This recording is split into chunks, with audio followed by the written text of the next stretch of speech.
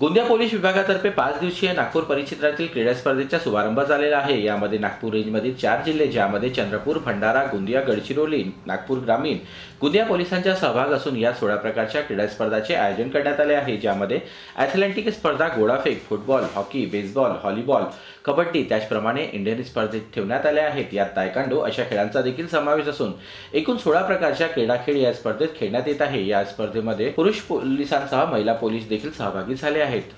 आज दिनांक 11 डिसेंबर पासून आपल्या गोंदिया जिल्ह्यामध्ये नागपूर परिक्षेत्रीय क्रीडा स्पर्धांचा शुभारंभ झालेला आहे।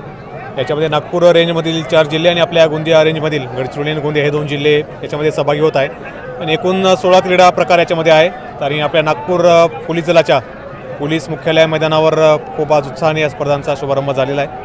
तर चांगलं वातावरण आहे। त्यामध्ये ॲथलेटिक स्पर्धा आहेत, त्याचप्रमाणे सांघिक स्पर्धा ज्या असतात आपल्या फुटबॉल आहे, हॉकी, बेसबॉल, व्हॉलीबॉल, त्याचप्रमाणे काही इंडिव्हिज्युअल इव्हेंट्स आहे, वुशू आहे, तायक्वांदो ते पण आहे याच्यामध्ये। तर असे 16 क्रीडा प्रकार याच्यामध्ये आहेत। याच्यामध्ये नागपूर रेंजमधले 4 जिल्हे आपले नागपूर ग्रामीण, वर्धा, चंद्रपूर आणि भंडारा आणि आपले गोंदिया आणि गडचिरोली असे 6 जिल्हे याच्यामध्ये आहेत। जीबी न्यूजचे प्रत्येक अपडेट मिळवून घेण्यासाठी तुम्ही आमच्या चॅनलला लाईक करा, सबस्क्राईब करा आणि शेअर करा। तसेच बेल आयकॉनला सुद्धा प्रेस करा।